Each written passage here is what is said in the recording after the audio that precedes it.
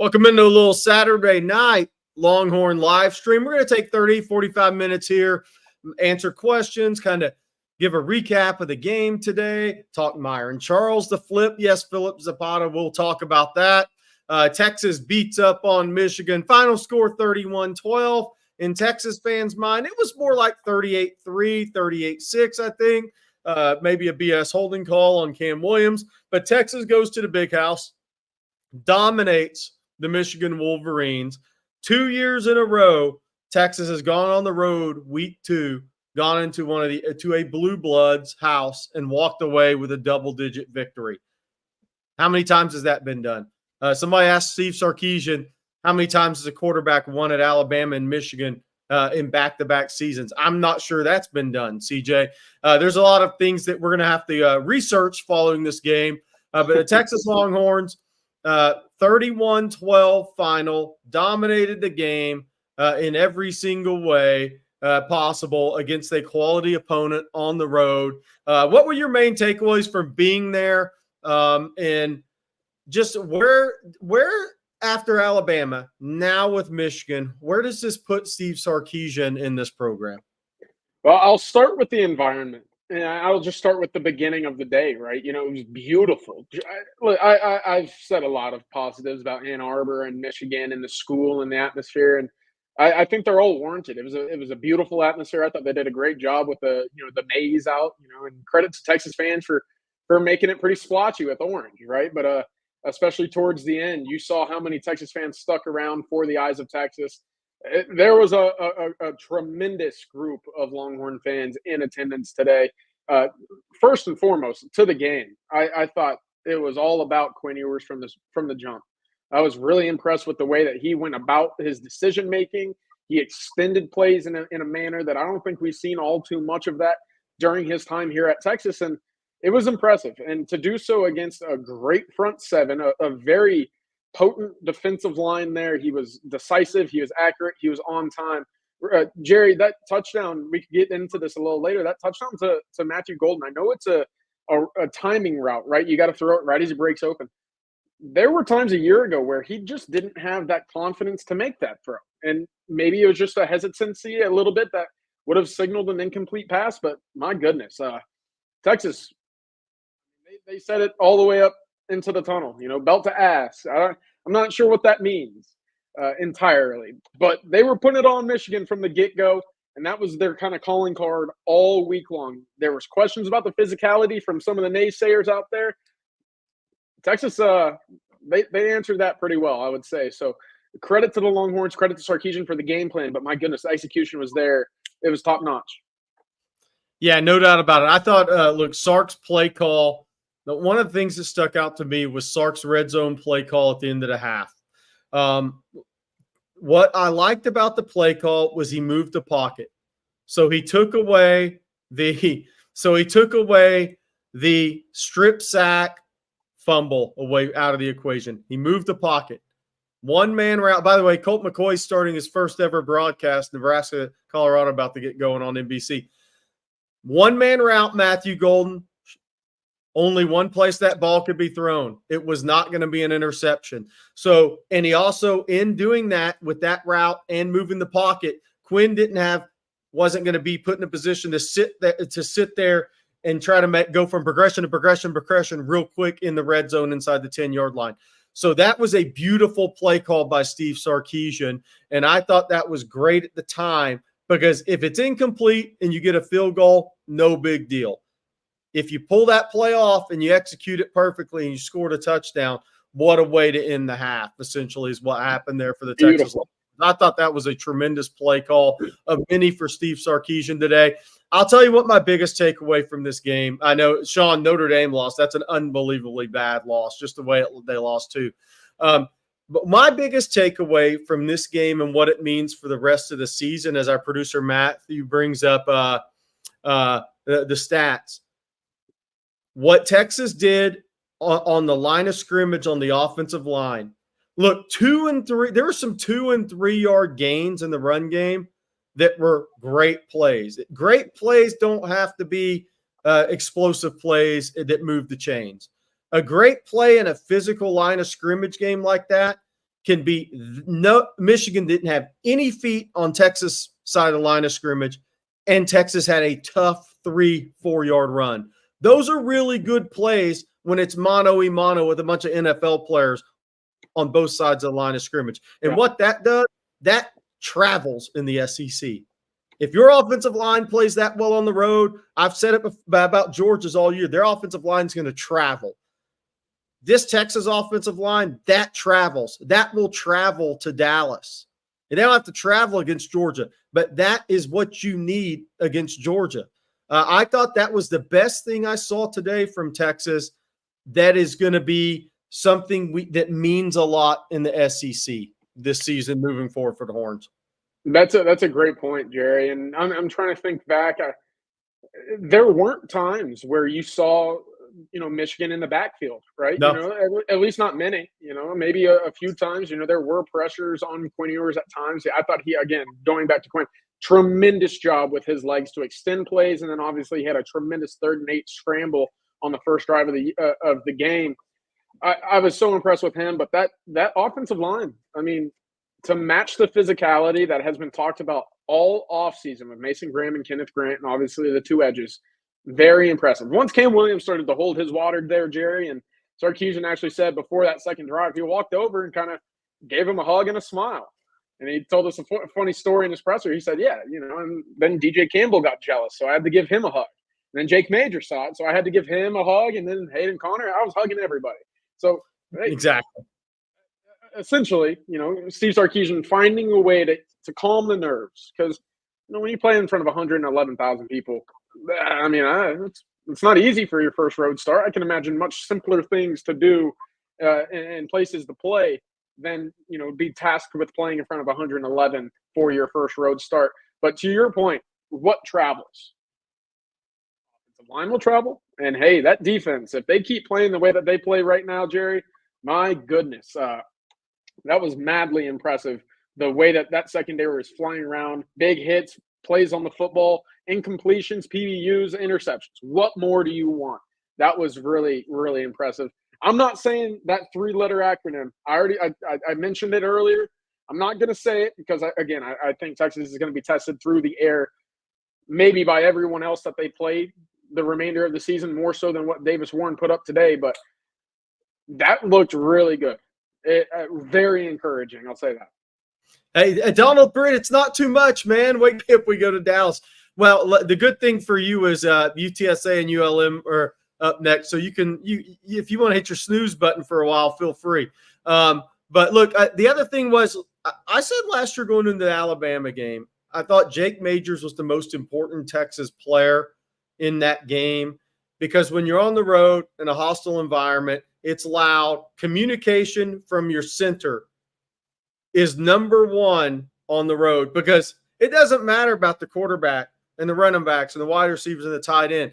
If there's confusion up front, if there's pre-snap penalties, if there's a lot of confusion that throws off timing, then you have issues. And obviously Cam Williams, that was his first road start. Fine, he had a couple of issues there. We'll see if that was actually a hold. Let's see what Sark says on Monday. He was already questioning that. He's first year starting right tackle. But what Jake Majors did today, that wasn't communication issues. Communication was great. That was just Cam Williams making his first start, being a little antsy, knowing the NFL guys were coming at him off the edge, future NFL draft picks. But Jake Majors, great communication up front. Everybody was on the same page. Then, you know what he does? Oh, we're just going to go pull you in the run game. I mean, think about how much was on Jake Majors' plate today in this game. If he doesn't perform at a high level, the offense can't execute at the level they did. So I'm going to give another hat tip to Jake Majors because I did it after the Bama game last year. And, Jake Majors, and Gunnar Helm, to me, are on the offensive side. We're talking about all the player development at Texas. Those two guys are your poster guys on offense for player development under this staff. Jerry, Matthew, real quick, can you scroll down to show the receiving stats from Michigan right there? You talk about Gunnar Helm and his ability to be a playmaker now. He's being asked to be a playmaker, and he's delivering. Michigan threw for 204 yards through the air. Yeah. Gunnar Helm ended up 6 yards short by himself after the catch than all of the Michigan wide receivers and pass catchers. That's such a change in development for him. It's such a gift for the Longhorns to be able to throw that 5-yard hitch or curl on the outside or check down. And, you would expect maybe a running back like we saw Jaden Blue get loose after a catch, make a play down the field. But maybe not so much from the tight end. But now, back-to-back weeks, I don't think it's a fluke, Jerry. I mean, he's really good with the ball in his hands. And see, CJ, to your point, what we've seen too, and we're about to get on recruiting because Jedi Master Bevo just had a great comment on recruiting. But CJ, what we're seeing, Colorado State really respected Texas speed. You would expect that. But Texas puts out on the field around Gunnar Helm, Isaiah Bond 10-3, Matthew Gold 10-8, DeAndre Moore 10-8, Jaden Blue probably 10-6 guy. And I know I'm throwing 100 meters out, but there is so much speed on the field around the tight end and around Gunnar Helm. He is going to have tremendous mismatches and opportunities this season. If he keeps making some people miss, to your point, and he maximizes yards after the catch, he's set up to have a better season than JT Sanders did last year. It sounds crazy, but the way that he's been used so far, statistically, I think it's very possible. 100%. Because the teams are scared of Texas speed. What do you do, Jerry? What do you do when you go 3 wide and you got guys like Bond and Golden and Cook and more guys that can burn you down the field? You're going to back up. It's instincts. It's just I don't want to get beat deep. I don't want to be on that highlight. Whoever's in front of me, that's their responsibility. If you're a safety, if you're a linebacker, even to an extent, cornerbacks 100%. But my goodness, if you're going to leave a guy like Gunnar Helm open underneath, you better, one, be able to tackle. He's breaking tackles more so than we've ever seen. And 2, you better rally because, again, he might be the biggest so far through 2 weeks for me. Hey, I just got a text from a player's parent, and I'm not going to tell you who it is. Tons of adversity in that very loud environment. Team can win the big one. Just have to stay the course. I like it. If we're continuing that, Jerry, I talked to a 2026 recruit, more so from the Midwest area. Texas has offered. He plans on being down for a game later this year. He said, that was not the physicality I expected from Texas. Right. They impressed me today. So recruits watch these big games, and clearly to segue over to what happened.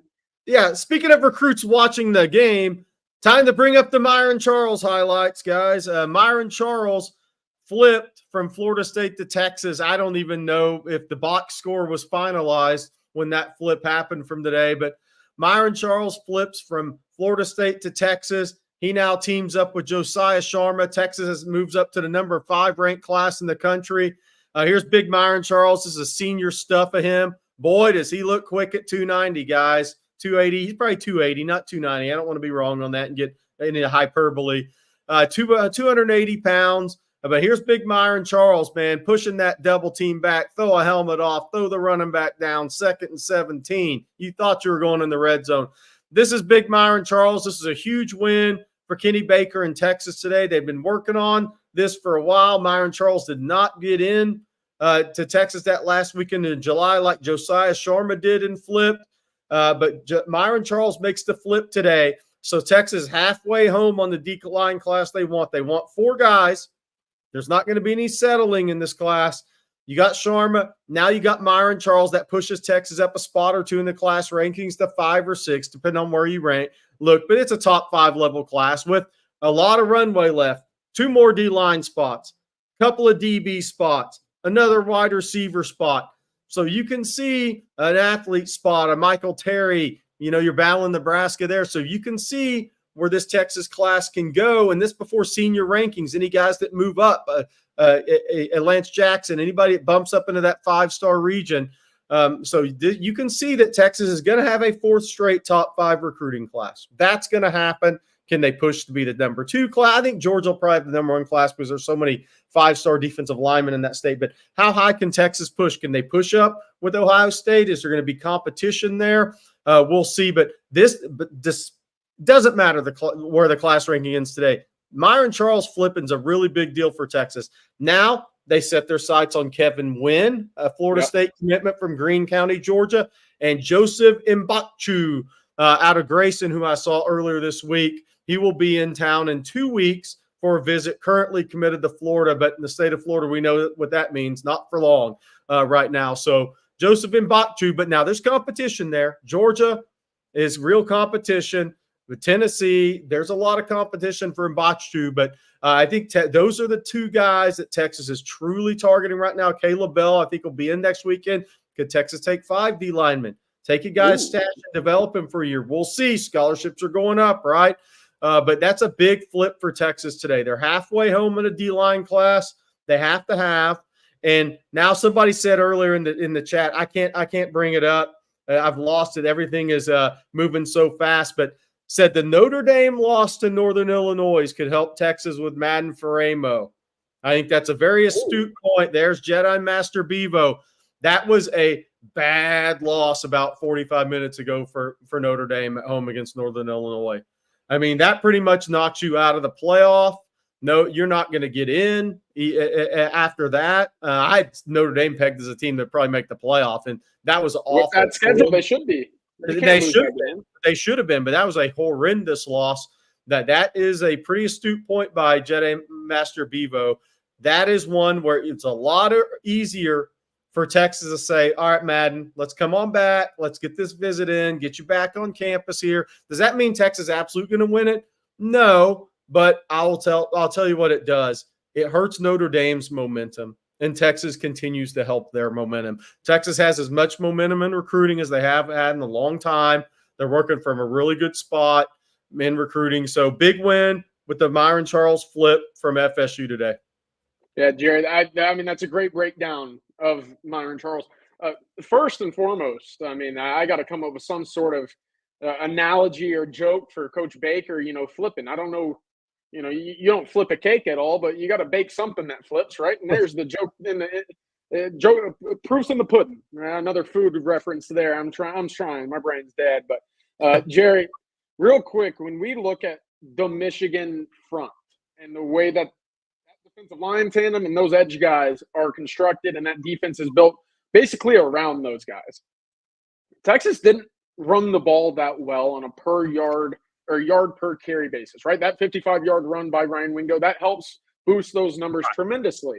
At the end of the day, they ran it effectively, and they did a well enough job, I would say, in which you had, goods in the stat column, right? They did well. They achieved what they were trying with the play call.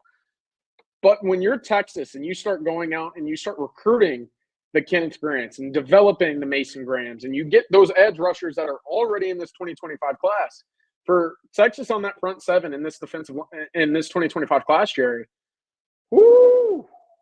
I mean, that is a SEC top, like an elite level SEC group of, defensive linemen in this 2025 class. Josiah Sharman, Myron Charles, and now you look at the edge rushers. That's building. That's stacking. Because we already saw what Colin Simmons was able to do today, and boy, did he look good.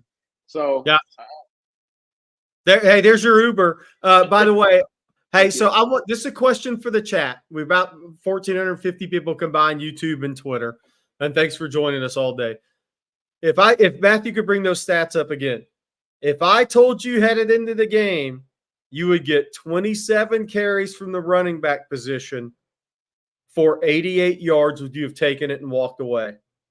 Because look, people on the surface, they say 27 and 88. Man, Michigan still, their defensive front, they're all going to be drafted. Michigan has their offensive issues right now, and we'll see if their culture starts to erode, because this would be something that would make it happen if it wasn't starting to a little bit already after some things that happened in the spring. But 27 for 88 in this game against this Michigan front seven, that's actually really good work for me. I love that because, again, it goes back to what we were saying earlier. It's not all about the big plays and the chain movers, explosive runs. It's about the ability to keep moving forward.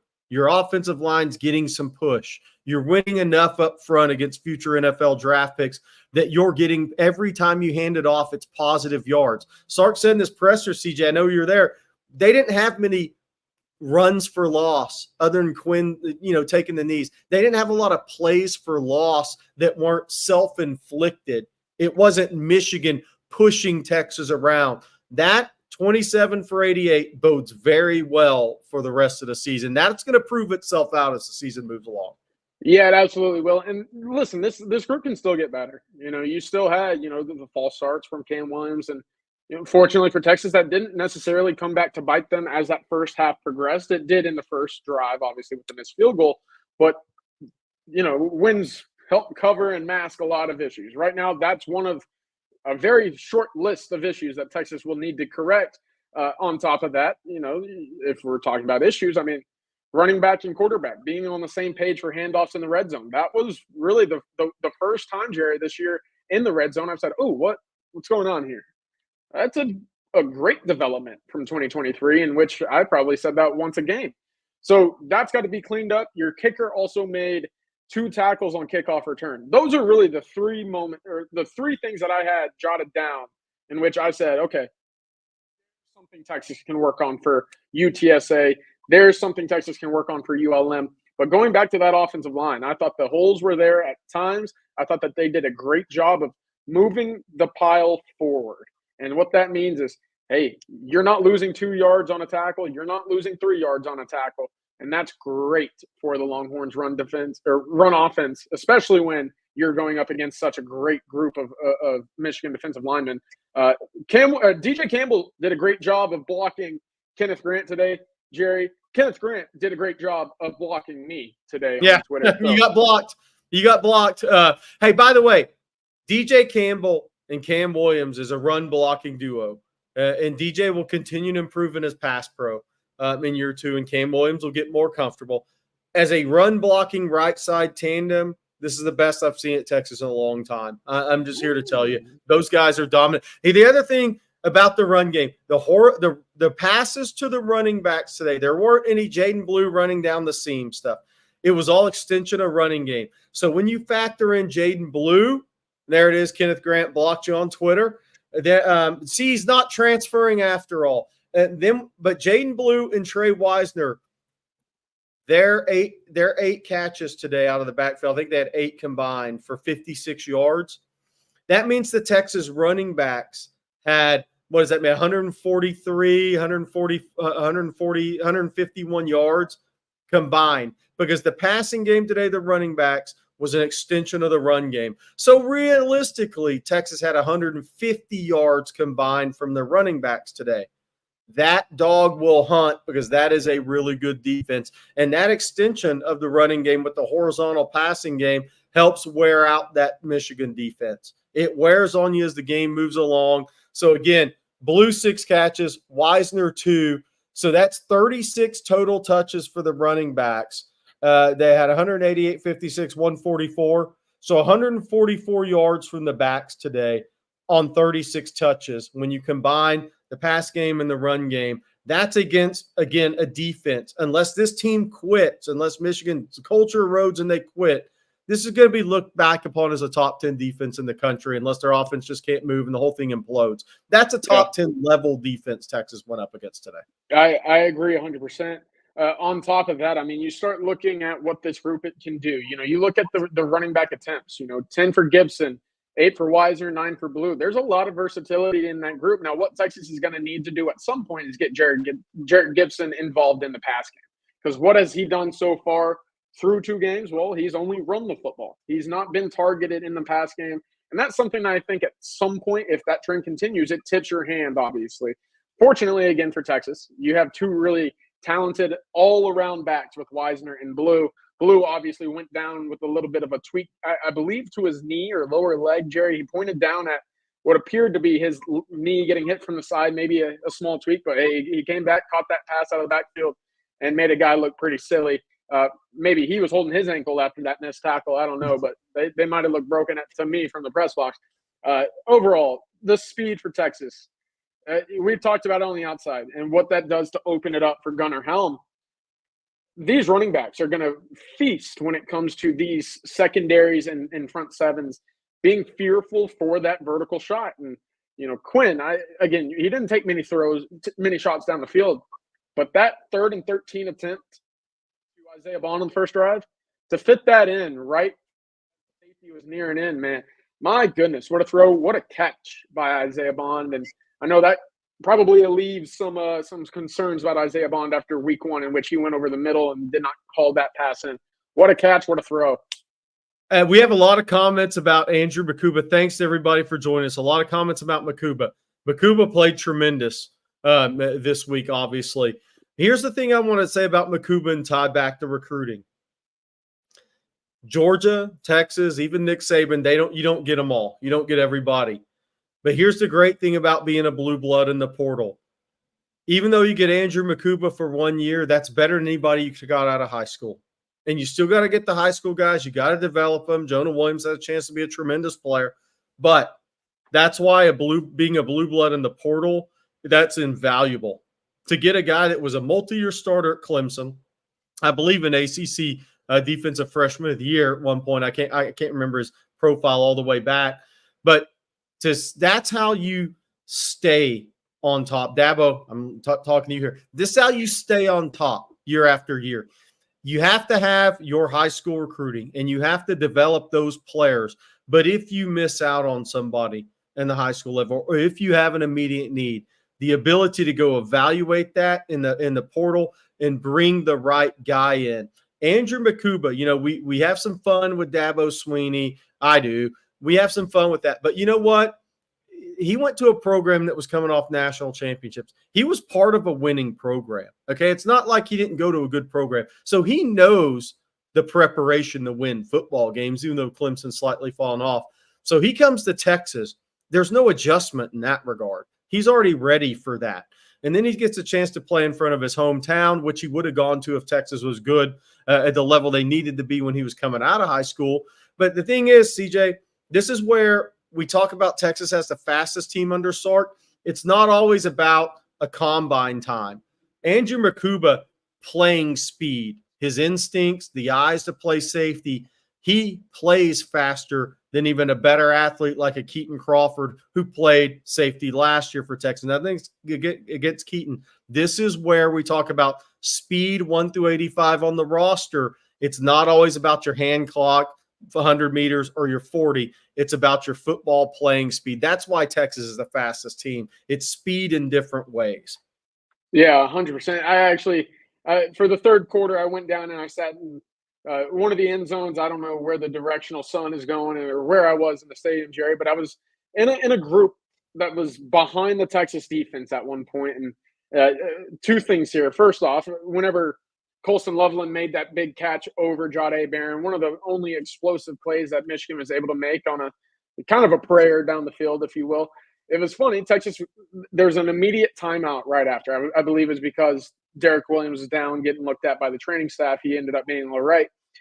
But Jahdae Barron walked up to Andrew Makuba, who got out-jumped by, the bigger tight end, one of the more talented tight ends Texas will face all year as well. And Jahdae kind of just looks at him and goes,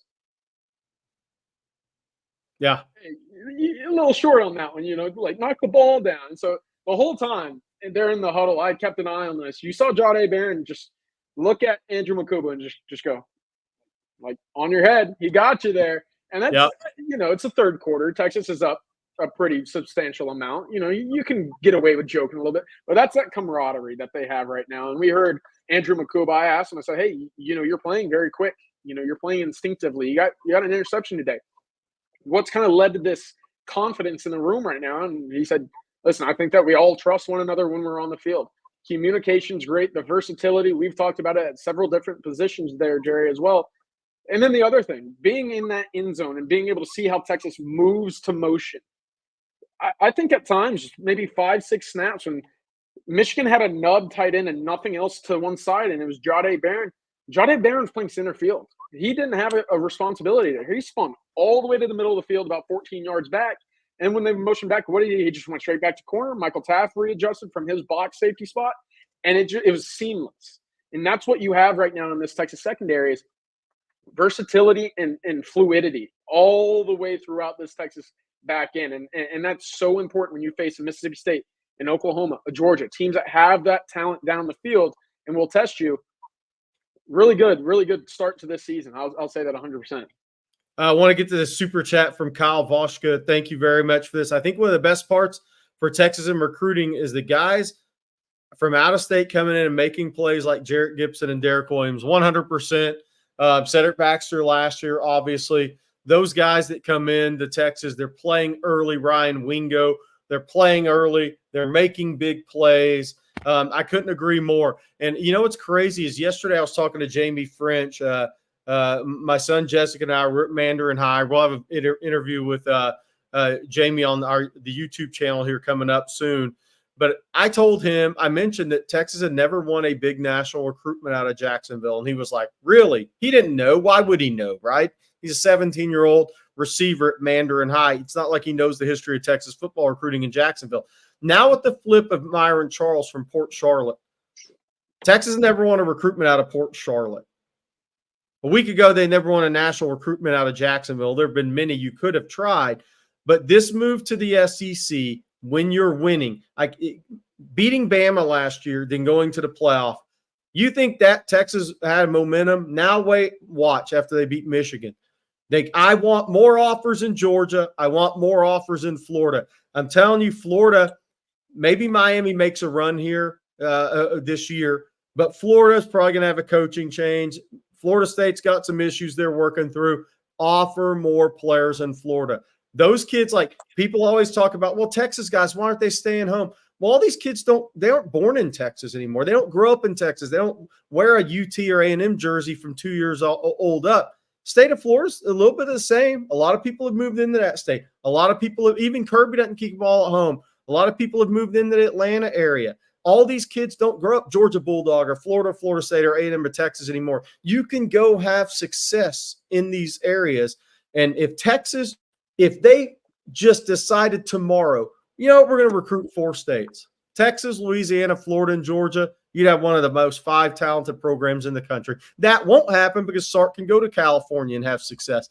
But I'm here to tell you, keep offering guys in Georgia and Florida because now you have like 2 more guys committed from Florida in this class. So just think about where this is going for Texas. Cedric Baxter, Peyton Kirkland was big in recruiting. He's gone, but in the first class. Yes, Jordan Johnson rebels Fort Worth, but he was IMG. Jarrett Gibson, IMG from Gainesville, Florida originally. Michael Kern, punter, starter as a freshman, St. Thomas. Big program. Yep. Now you have Jamie French. Now you have Myron Charles. And, oh, guess what? You have Diabell in 26. You know how well Texas is recruiting in Florida, and they're not even offering that many guys in the state. I think the more Texas recruits in Florida and the more they recruit in Georgia, the more success they're going to have, to Kyle's point, because these kids are coming in and making plays from out of state early on. Man. I don't know. That's hard, box. There you go. It's hard. I mean, it's hard looking at this Texas roster right now and seeing ways in which they're deficient. That was a beatdown today, and it started from the jump. You started 3 and out after missing the field goal, and before Michigan had any opportunity to capitalize on momentum and make the game a narrative or kind of play into what they wanted with the time of possession, Texas said, no. That defense was swarming. I thought Vernon Broughton, that might have been his best game as a Texas Longhorn. Agree. I think that was as good a game as I've seen him in burnt orange. And again, the splashy plays weren't there, but I believe for the second straight game, he's got a hand on a pass. Listen, that adds up. And when that gets back to the quarterback room for your next opponents coming up, that hey, at some point you got to be wary of tips and overthrows, especially at the line of scrimmage. That's going to add up. I thought Vernon Broughton played very well today. Hey, CJ, Scott Surgeon, thank you for the super chat there. Here's your question. How long you know about the Myron Charles commitment? Well, I didn't know. Honestly, I didn't know he was going to do it today. I know things have been headed in a really good direction there. I know Texas, he told me 2 weeks ago when I talked to him that he wanted to get back for the Georgia game. I think I felt like it was coming, especially after a stop at a school I made in Georgia this week. But I didn't know it was going to be today. I did not know. I'm not sure Myron absolutely knew he was going to do it today. I do know somebody I know that covers Florida State had told another colleague that I've worked with for years that, hey, Myron Charles stopped answering the phone. When those guys stop answering, CJ, we know this. When those guys stop talking to the reporters of the school they're committed to, that's never good news for the school they're committed to. That's never good news. We've been through it at Texas. If you're covering Texas and player X doesn't want to take your calls anymore, that is never good for the Horns. I think it was. You was never want that to happen, Jerry. You never want a committed kid to change his bio or profile picture, because those are the signs. And more times than not, they lead to some movement. Yeah. Nathan said somebody talked to Charles. I've not had time. Said he was going to flip this weekend, but watched the game and decided to do it today. Yeah, look, Texas. One thing Texas was talking to Myron Charles about, just come back for a game. Just come back, get your family back on campus. But Myron Charles went ahead and did that today. By the way, Kevin Wynn, FSU's going to have to fight to hold on to Kevin Wynn from Greensboro, Greene County. I was by there on Thursday, and he was talking about getting to a game this year. Georgia's also on him every day like Texas is, so FSU's got their work cut out for him there. With Kevin Wynn as well. And then another defensive tackle I'm really watching is Joseph Mbachu from Grayson, first year playing football. He's a monster. His upside's almost unlimited. He's committed to Florida. I think Florida will have a tough time holding on to him. He comes to visit Texas on the 21st. Georgia also really wants him. I don't think that's just a casual offer. This kid's got a lot of upside. Tennessee, a lot of people are coming after Myron Charles. Hey, CJ, by the way, today – really good day for the Texas team before we get out of here, because I know you need to go have some dinner. You've been working all day. It sucks. I'm in midday. But Notre Dame losing. Somebody mentioned Madden Framo. Look, Auburn, bad loss to Cal today. I don't know. They went through 1,000 interceptions. There are some things that happened today. One game doesn't change everything, FSU being 0-2, but you get a couple of them, that starts to change things. So there's been some really good things that have happened for Texas in recruiting outside of their own performance on the field. And one loss doesn't mean kids flipping or going to change your recruitment. But what it does is if you have momentum and you're recruiting against somebody else, the momentum they had is suddenly gone. Yeah. And that's the thing. Why do you think Nick Saban and Kirby and Ohio State have for years and years and years closed really well? Because they keep winning when somebody else stumbles. That's all. That's what this is about at the end of the day. I agree 100%, especially in a game like this. It's one thing for Texas to walk into the big house and win. It's another thing for Texas to have gone into the big house today and beat the hell out of them, which is essentially what they did, right? It was a domination. And you knew defensively, especially for a guy like Myron Charles, to have watched that game and say, you know what? Yeah, I'm sold. I'm sold. The defensive line, that defense, I want to be a part of that. That defense was suffocating today. I know Michigan's limited talent-wise at the quarterback spot, but that's still a team capable of scoring points. And it speaks to which that stacking of talent and that development that we've preached and seen since the spring and even dating back to 2023 has gotten this defense into the conversation where you can throw the E word at them, Jerry. I know that they're going to be tested once SEC play comes, but that E word could be used when describing this Texas defense. I'm not shying away from it. Not yet, but It's close. It's close. Hey, by the way, Brees, y'all need to watch the post-game presser with Michigan. It's comical. I tried to watch a little bit of it, but Sharon Moore kept saying, I got to watch the film, got to watch the film, got to watch the – and at some point I just turned it off. Maybe I'll go back and watch the rest later tonight while I'm watching this Nebraska game. Thank you, Brian. Super chat. Thank you very much for that $31 super chat. Living rent free. Owasu Boateng was at the Michigan game. He's really Madden Framo's recruitment. I think is going to dictate where Texas goes with the Owasu Boateng commitment. They want 3 linebackers in the class. I'm not seeing it right now where they stretch it to 4, but we'll see if maybe they change their mind. I think Madden Framo and Elijah Barnes have been Johnny Nanson's guys for a while, and Jonathan Cunningham has tremendous upside. By the way, North Crowley beat DeSoto last night. Biggins, Minnesota, thanks for the super chat. Best flag of the year will be Cam going toe-to-toe with Michigan line for hitting Quinn after that knee. Sark and PK owe him a steak dinner. CJ, what were your thoughts on that? Yeah, I'll share what Quinn had to say about it.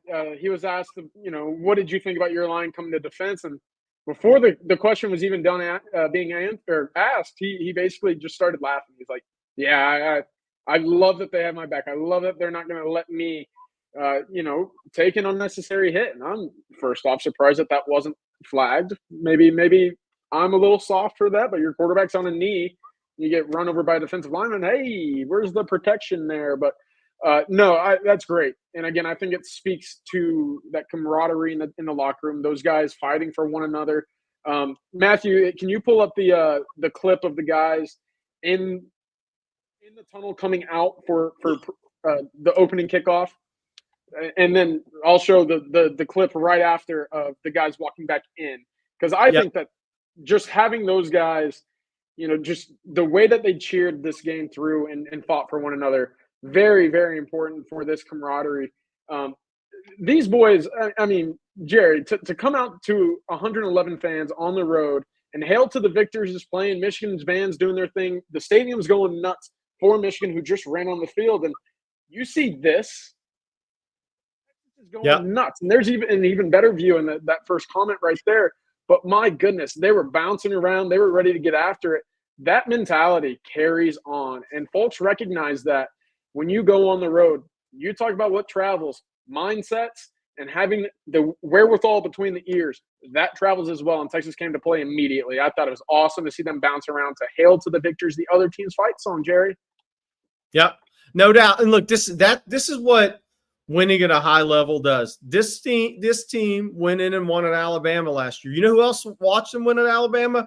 Isaiah Bond and Niblack. Why do you think they came to Texas outside of the scheme? And I think we'll see Niblack more as the season moves along here as he gets more comfortable in the scheme. But this is a confident team. Look, even a Savea and Bill Norton. Bill Norton has national championship rings at Georgia. They had a really good season as Arizona. You put all these guys together, if you believe in your coaching staff and you believe in your strength and conditioning staff, this is when you get a confident football team. You know what? They went up to Michigan. They knew it was going to be hostile. They knew it was going to be a physical game. But when you win at Alabama the year before, it makes it real easy to have a vision and bring it to reality on the road. And it's a different team, but it wasn't an inexperienced team. It's a team look at Isaiah Bond's catch against Auburn last year. You think that was a tough place to play? Anybody ever been to the Alabama at Auburn game before? That is wild stuff. So this team is prepared for these moments. And I'll say this team's also confident because I think they're confident in their quarterback and the steps he's taken. But we're going to end the show with the players walking up the into the tunnel after the game that CJ posted out on his Twitter. And we're going to let you guys go with this. I know everybody wants to watch Colorado, watch a little Oklahoma. U of H isn't very good. They got blown. Colt McCoy, Jerry. Colt McCoy's on the call for that Colorado-Nebraska game. So Colt McCoy, here number 12. All right, here's the video of the team walking up after the game, CJ. Take people through that.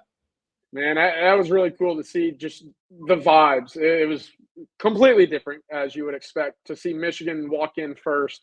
I mentioned it earlier. I don't know what it means, but Texas had been saying it all week, and I had heard it from folks behind the curtains in Moncrief, but belt to ass.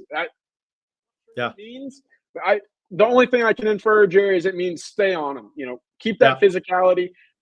Bring the fight to Michigan, essentially. And boy, did they, right? And man, seeing this group, the hugging, the cheering, but also there are some guys saying, we're not done. We got higher aspirations than a road win week 2 against Michigan. The boys were excited. They were bumping in the locker room. That locker room was right next to the press conference room where I was hearing from Sarkisian and Quinn and Andrew Makuba came out to speak as well. Andrew Makuba, going back to him, Jerry, he said a game like this and the physicality and the speed that Texas plays with defensively and that style, the exact reason why he hopped in the portal and came to Texas. So you saw it all on display today. There you go. All right, guys, thanks for the over 2,200 people that joined in this evening. We're going to have a lot more content tomorrow. We have rapid reactions. We have offensive, defensive grades. We have second watch with Rod Babers. We have live stream tomorrow night.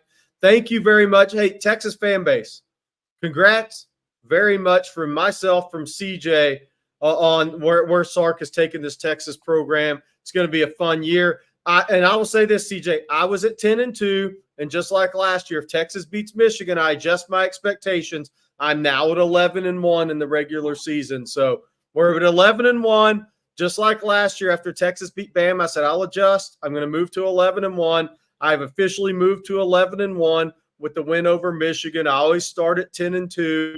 But I'm moving to 11-1 now. I think you were at 11-1, CJ. Derek Weiser 11-1. So congrats to the Texas fan base. Thank you very much for all you guys do supporting us. Ask Patrick Page. Of course, if Texas beats Georgia, I'll just go ahead and go 16-0 at that point.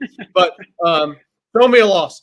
So we'll talk to you guys tomorrow. Live stream tomorrow. A lot of content until then. Thanks so much for supporting CJ, myself, Bobby, our producer Matt's awesome. He's always working. Rod Babers, Tony Hills on the post game, Blake Monroe in the morning, Brian Robeson, who was coaching football during the game today, coaching his kids. Thanks for supporting all of us, and we're going to have a lot of fun this season, guys. Absolutely. Y'all enjoy the Saturday. It's the only one you get this weekend, fellas.